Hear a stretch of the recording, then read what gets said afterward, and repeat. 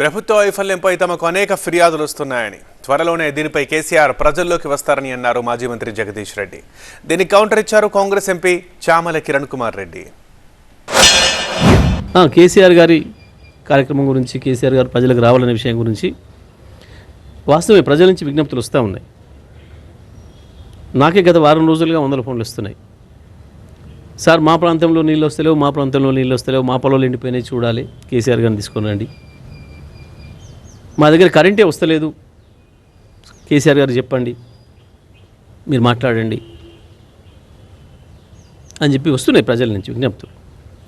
కానీ తప్పకుండా ఏ టైంలో ఎట్లా స్పందించాలనో, ఏ టైంలో ప్రజలకు ఎటువంటి కార్యాచరణ ఇవ్వాలనో, ఈ ప్రభుత్వం మెడలు వంచి ఎట్లా పనిచేయించాలనో సమయాన్ని బట్టి కేసీఆర్ గారు చెప్తారు. బీఆర్ఎస్ పార్టీ నిర్ణయం తీసుకొని ప్రజలకు వస్తుంది. ఒకటి, ఓటమిని తట్టుకోలేక కొన్ని రోజులు తర్వాత బిడ్డ బెయిల్ కోసము బయట ప్రపంచానికి ముఖం చూపించలేని పరిస్థితి. దాంతో ఇన్ని రోజులు కేసీఆర్ గారు తెలంగాణ ప్రజల గురించి కానీ, తెలంగాణ సమస్యల గురించి కానీ,